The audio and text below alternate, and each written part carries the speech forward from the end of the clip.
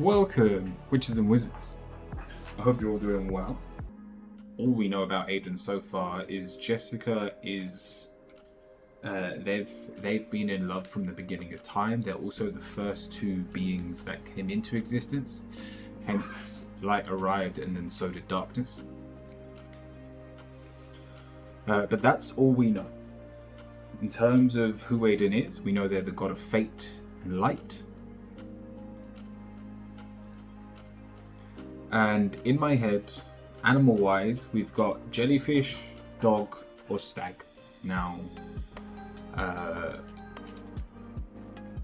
it has changed multiple times with all of these gods, so I'm no longer holding myself to any of those. But we'll see what comes of it.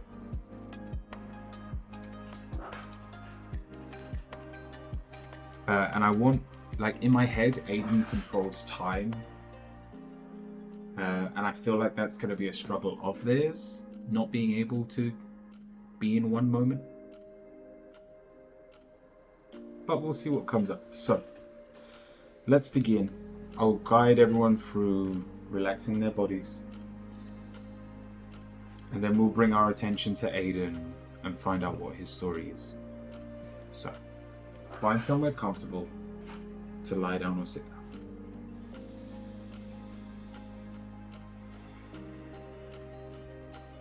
Engage your breath.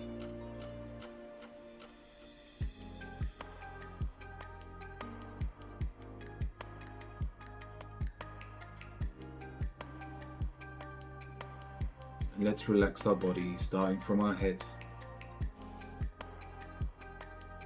From the crown of our head to our jaw, let your head relax.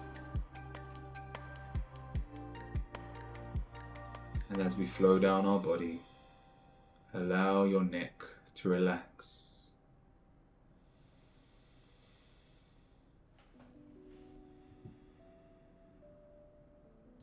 Allow your shoulders to drop down by your side.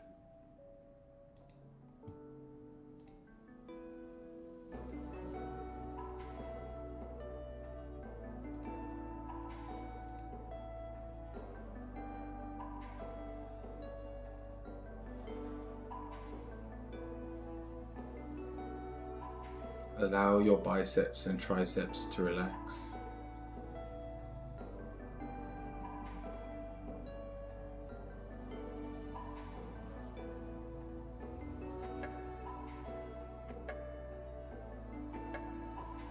Let your forearms relax.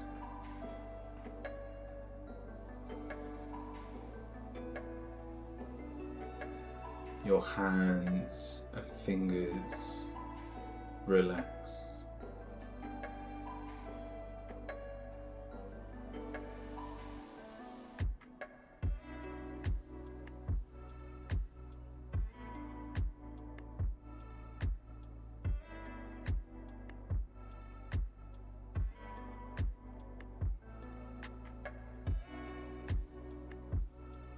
Let your chest and upper back relax.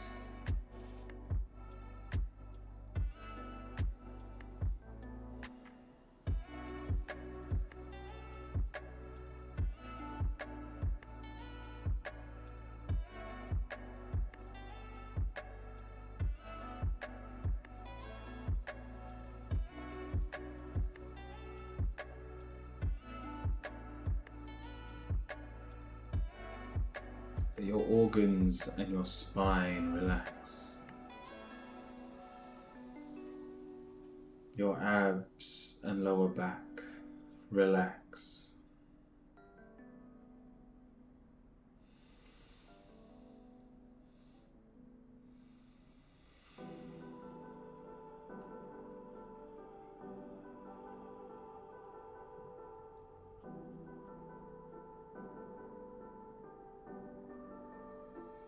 Hips relax.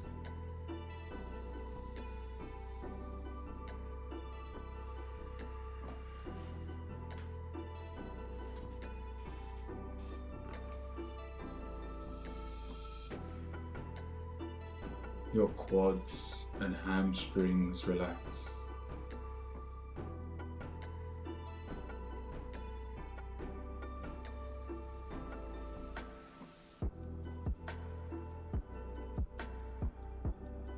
Your calves relax.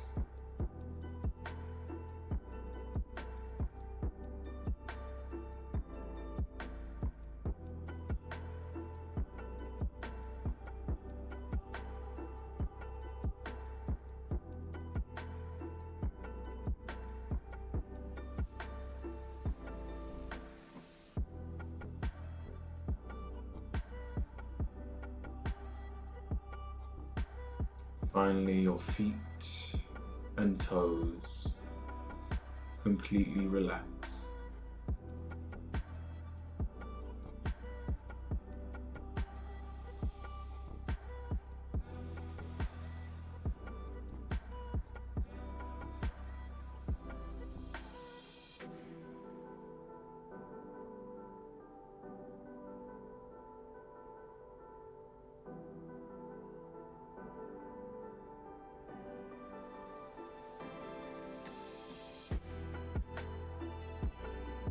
And let's bring our attention to Aidan.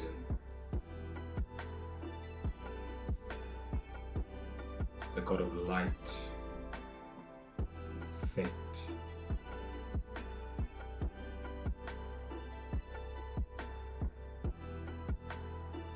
Let's see what they look like, how their journey began, and what they're doing today.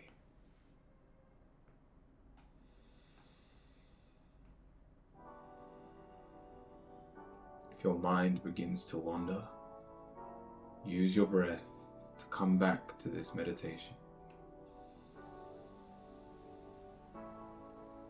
And let's begin.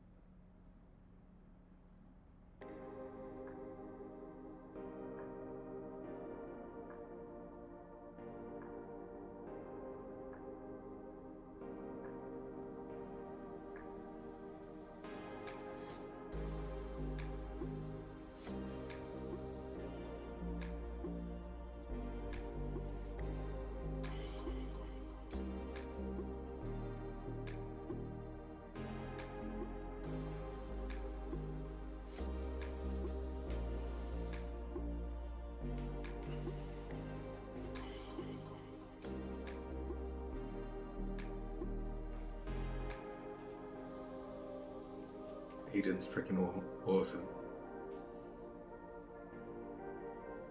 He's awful, but he's awesome.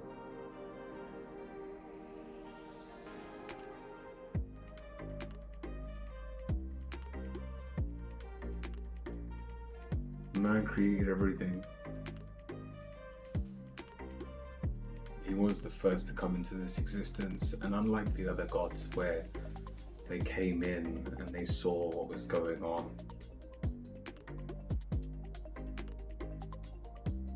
Aidan came in and he was finishing his masterpiece. He was putting the final bits of paint on his paintbrush. He was finishing the canvas. He very much is fate itself.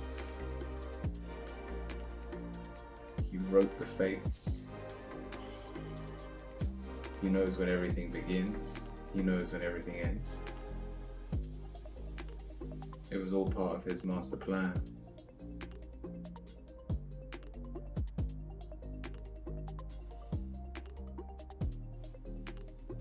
So you could say in this world, light is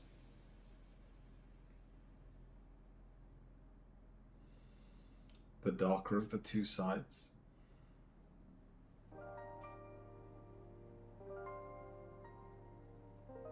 Because even the other gods live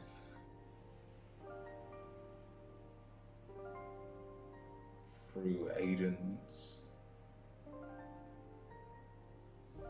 painting.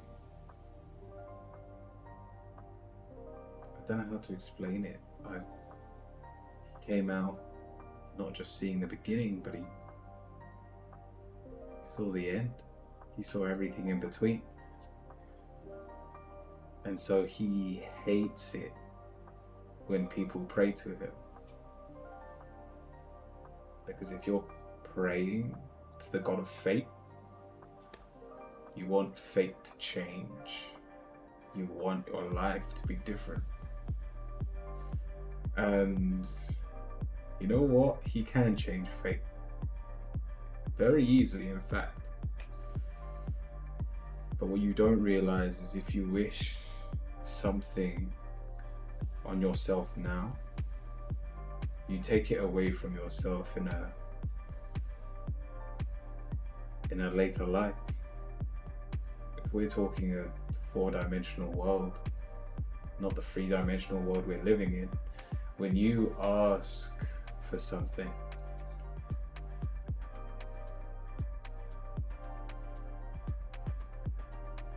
to change the fate, you have to pull your own fate towards you now.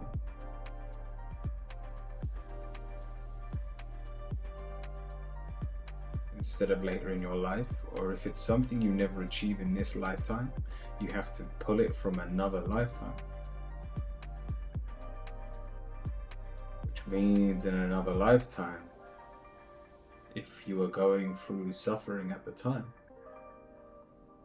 you'll end up suffering then. It's like a weird way of looking at karma. Instead of the scales always needing to be balanced, it's the scales never become unbalanced.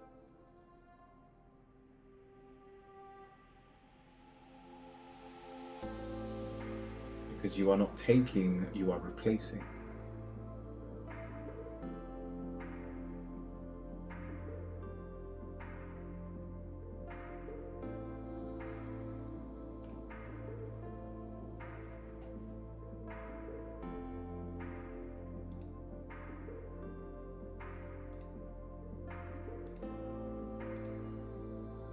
In terms of what he looks like, as always, it wasn't what I expected, although it does make sense. I saw an elephant, like meditating, just still levitating above the floor. It was just an elephant meditating, and I thought,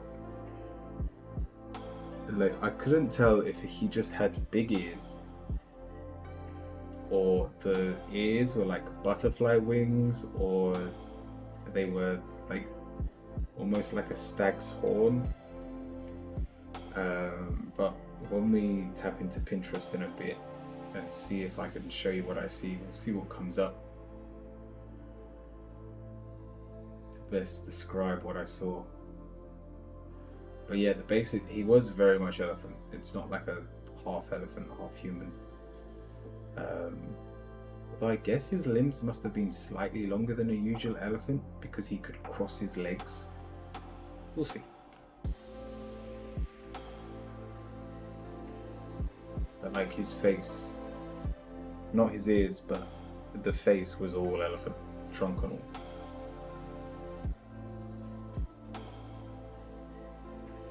Well, then I'd rather suffer this lifetime. And yet it's not suffering. Because it's part of the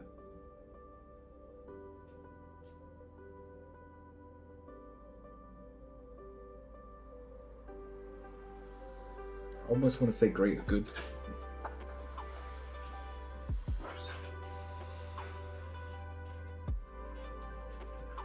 Like, after seeing that, I would choose to suffer over taking away from future or past lives, I guess. I mean, that's already pretty close. It's got the horns. It was more like stag horns. And they didn't have anything on their head. Like, they definitely didn't have a crown on their head. But that is just for like the first thing that pops up. Yeah, that's really close. You said he was a painting? No, he is painting. He had finished painting the world we are in. That was him coming into this reality. There's actually loads of photos of elephants meditating. Oh, they've all got 4 hands. This must be a Hindu god.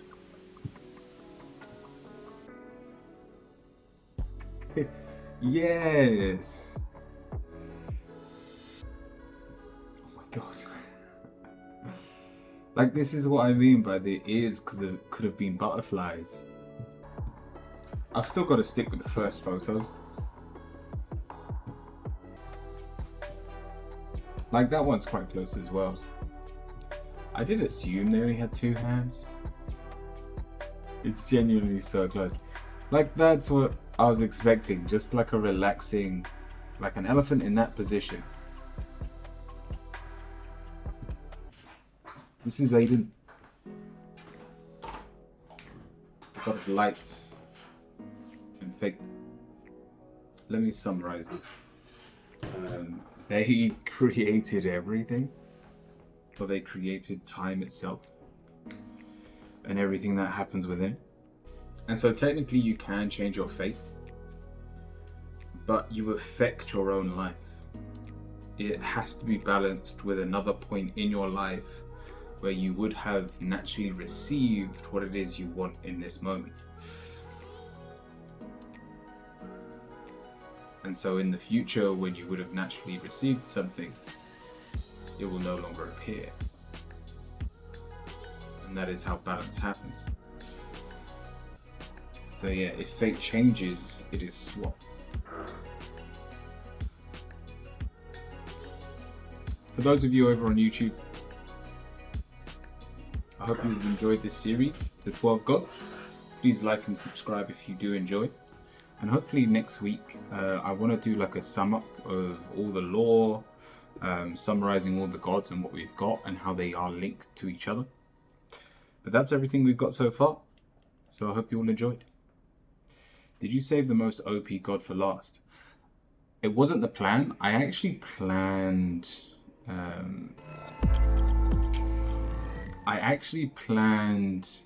Lily to be last because I thought she would be the most OP, being intuition and dreams in terms of us humans